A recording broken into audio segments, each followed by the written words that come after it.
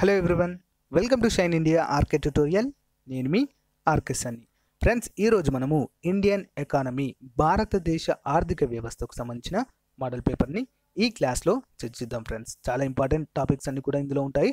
ముఖ్యంగా కేంద్ర బడ్జెట్ 2019-20కి సంబంధించిన ముఖ్యమైన అంశాలు కూడా ఇందులో మనము డిస్కస్ చేయడం జరుగుతుంది. అంటే latest economy, most useful for UPSC, groups, TSPSC, APPS అయినా ఏ ఎగ్జామ్కైనా కూడా యూజ్ అయ్యే విధంగా ఈ యొక్క బిట్స్ అనేవి పొందుపరచడం జరుగుతుంది. ఫ్రెండ్స్, సో ఎవరు కూడా మిస్ చేయొద్దు, చివరి వరకు చూడండి. మీకు నచ్చితే మీ ఫ్రెండ్స్ కూడా షేర్ చేయండి ఫ్రెండ్స్, ఓకేనా?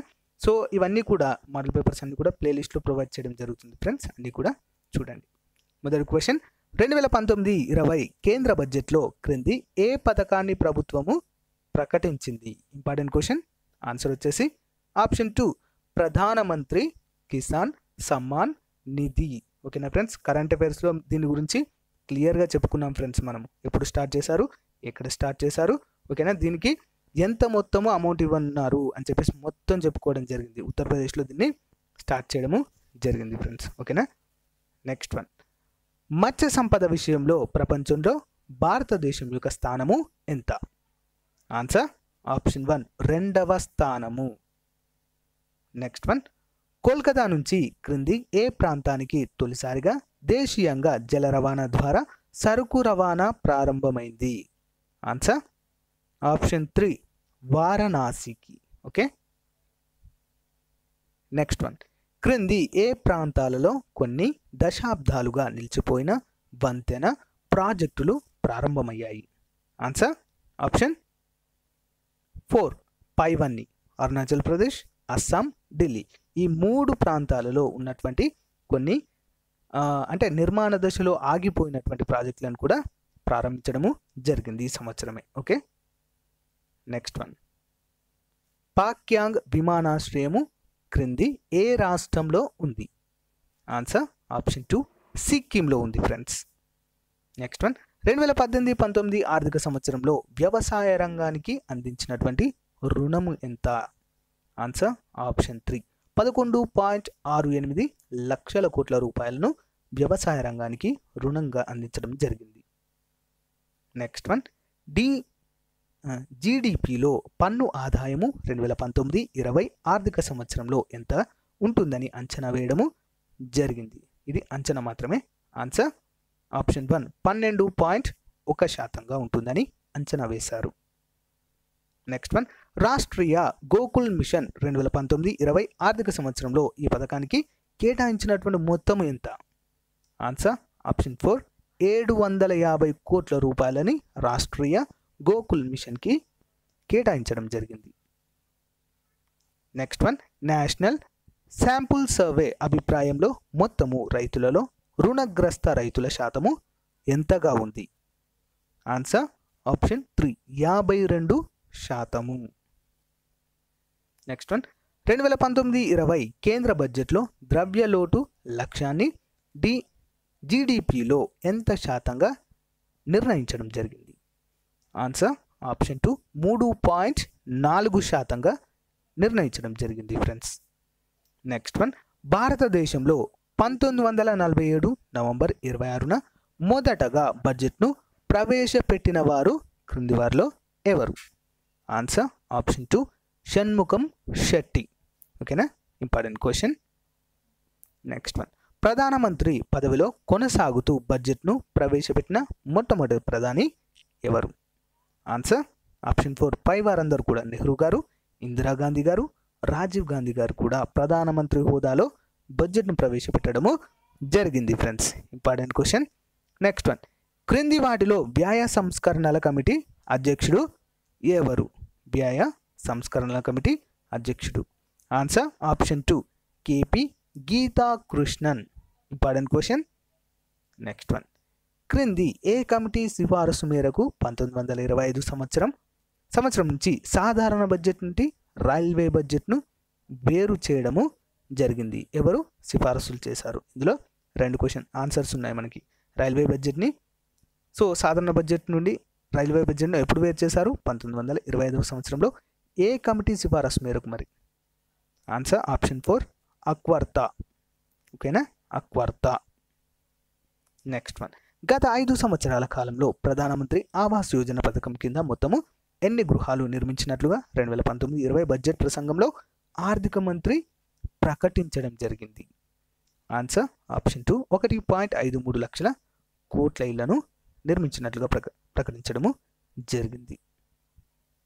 నెక్స్ట్ వన్, మహాత్మా గాంధీ జాతీయ గ్రామీణ ఉపాధి హామీ పథకానికి 2019-20 బడ్జెట్లో ఎంత మొత్తము కేటాయించారు? ఇంపార్టెంట్ క్వశ్చన్ చాలా కూడా. ఆన్సర్ ఆప్షన్ 1, 60,000 కోట్ల రూపాయలను కేటాయించారు ఫ్రెండ్స్ ఉపాధి హామీ పథకానికి. ఓకేనా.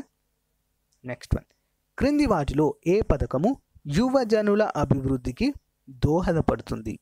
ఆన్సర్ ఆప్షన్ 4, పైవన్నీ ఏంటవి? Pradhan Mantri Mudra Yojana, startup India, standup India. ఈ 3 పథకాలు కూడా యువజనుల అభివృద్ధికి దోహదపడతాయి. నెక్స్ట్ వన్, 2019-20 కేంద్ర బడ్జెట్లో వడ్డీ చెల్లింపులను ఎంతగా అంచనా వేశారు? ఆన్సర్ ఆప్షన్ 2, 6,65,061 కోట్ల రూపాయలను వడ్డీ చెల్లింపులకు గాను అంచనా వేయడము జరిగింది. నెక్స్ట్ వన్, భారత్లో బడ్జెట్ను ప్రవేశపెట్టిన మొదటి మహిళ ఎవరు? ఆన్సర్ ఆప్షన్ 2, శ్రీమతి ఇందిరాగాంధీ గారు.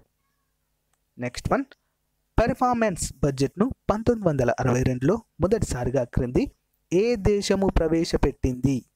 Important question. ఆన్సర్ వచ్చేసి option 3, America. Okay. Next one, ఎన్నికలు, కరువు కాటకాలు లాంటి సందర్భాలలో 2 నుంచి 6 నెలల కాలానికి ప్రవేశపెట్టే తాత్కాలిక బడ్జెట్ను ఏ విధంగా వ్యవహరించడం జరుగుతుంది? Answer option 1, vote on account budget. ఈ సంవత్సరము కేంద్ర ప్రభుత్వము అంతేకాకుండా రాష్ట్ర ప్రభుత్వాలు కూడా ఓటాన్ అకౌంట్ బడ్జెట్ని ప్రవేశపెట్టడమే జరిగింది ఫ్రెండ్స్. ముఖ్యంగా ఆంధ్రప్రదేశ్ ప్రభుత్వం కావచ్చు, తెలంగాణ ప్రభుత్వం కావచ్చు, 2 రాష్ట్ర ప్రభుత్వాలు కూడా ఓటాన్ అకౌంట్ బడ్జెట్ని ప్రవేశపెట్టడము జరిగింది. దీన్నే తాత్కాలిక బడ్జెట్ లేదా 6 నెలల కాలానికి ప్రవేశపెట్టే బడ్జెట్ అని పేరుతో పిలుస్తారు ఫ్రెండ్స్, లేదా మధ్యంతర బడ్జెట్. నెక్స్ట్ వన్, క్రింది వాటిలో పరోక్ష పన్ను కానిది ఏది? పరోక్ష పన్ను కానిది. ఆన్సర్ ఆప్షన్ 3, ప్రత్యక్ష పన్ను.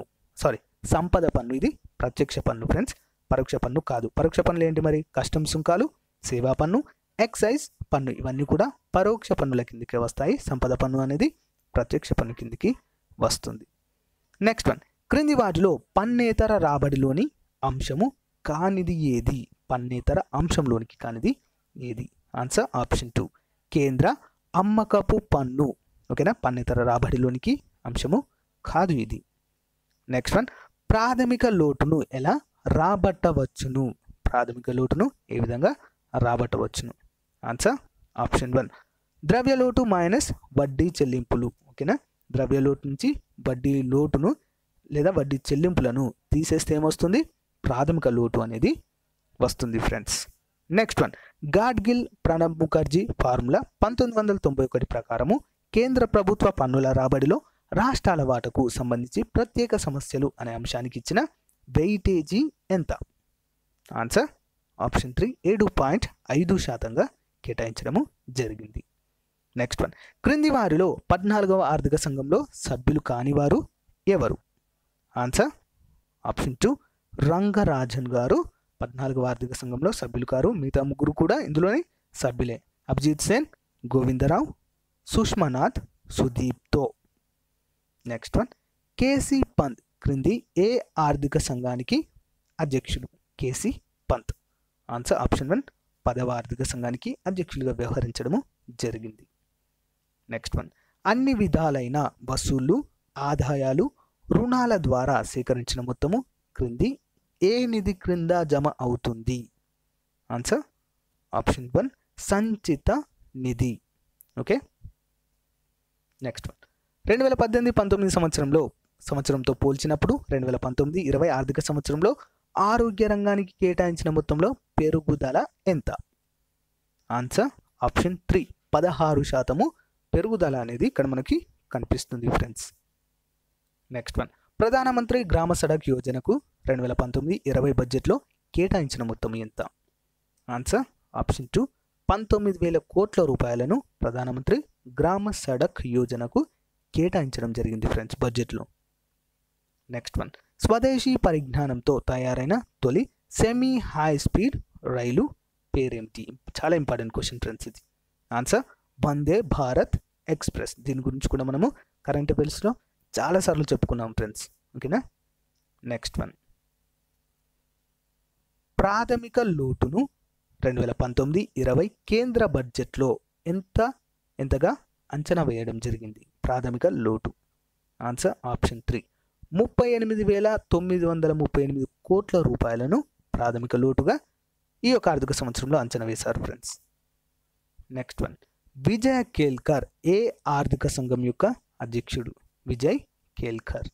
ఆన్సర్ ఆప్షన్ 2, 13వ ఆర్థిక సంఘం యొక్క అధ్యక్షుడిగా వ్యవహరించారు. నెక్స్ట్ వన్, కేసీ నియోగి అధ్యక్షతన మొదటి ఆర్థిక సంఘాన్ని క్రింది ఏ సంవత్సరంలో ఏర్పాటు చేశారు? Important question. ఆన్సర్ ఆప్షన్ 1, 1951 సంవత్సరంలో. ఇది 1951లో మొదటి ఆర్థిక సంఘాన్ని ఏర్పాటు చేసినప్పుడు దీనికి అధ్యక్షులుగా కేసీ నియోగి గారు వ్యవహరించడం జరిగింది. నెక్స్ట్ వన్, రక్షణ రంగానికి 2019-20 బడ్జెట్లో కేటాయించిన మొత్తము ఎంత? ఆన్సర్ ఆప్షన్ 3, 3,18,66 కోట్ల రూపాయలని రక్షణ రంగానికి కేటాయించడము జరిగింది. నెక్స్ట్ వన్, నల్లధన రద్దు చట్టము పెద్ద నోట్ల రద్దు కారణంగా ఎంత మొత్తం పన్ను పరిధిలోకి వచ్చిందని ఆర్థిక మంత్రి 2019-20 బడ్జెట్ ప్రసంగంలో వెల్లడించడం జరిగింది? సో ఆన్సర్ వచ్చేసి ఆప్షన్ 2, 1,30,000 కోట్ల రూపాయలు పన్ను పరిధిలోకి వచ్చిందని చెప్పేసి ఆర్థిక శాఖ మంత్రి వెల్లడించడం జరిగింది ఫ్రెండ్స్. ఓకేనా. చాలా ఇంపార్టెంట్ బిట్స్ని మనం ఈ క్లాస్లో చర్చించడం జరిగింది ఫ్రెండ్స్. గ్రూప్ 1, గ్రూప్ 2 లెవెల్లో, అంతేకాకుండా ప్రతి ఎగ్జామ్కి చాలా బాగా ఉపయోగపడతాయి ఫ్రెండ్స్ ఈ బిట్స్ అన్ని కూడా. ఖచ్చితంగా ఇందులోంచి ఎగ్జామ్లో వచ్చే అవకాశం ఉంటుంది కాబట్టి ఎవరు కూడా నెగ్లెక్ట్ చేయొద్దు. 1-2 సార్లు చదవండి ఫ్రెండ్స్, ఈజీగా గుర్తుంటాయి. మీరు వింటే బాగా గుర్తుంటాయి ఇంకా. ఓకేనా. సో ఫ్రెండ్స్, ఇంతటితో మన వీడియో కంప్లీట్ అయింది. మీకు నచ్చినట్లయితే మీ ఫ్రెండ్స్తో షేర్ చేసుకోండి. నా వీడియోస్ని ఎవరైనా మొదటిసారి చూస్తున్నట్లయితే తప్పకుండా సబ్స్క్రైబ్ చేయండి ఫ్రెండ్స్. ఎందుకంటే నేను అప్లోడ్ చేసే వీడియోలు మీకు నోటిఫికేషన్ రూపంలో వస్తాయి. మీరు మిస్ కాకుండా ఉంటుంది. పక్కన ఉన్న బెల్ ఐకాన్ కూడా ప్రెస్ చేయండి. Thank you friends. Thank you for your support. Have a nice day. Bye.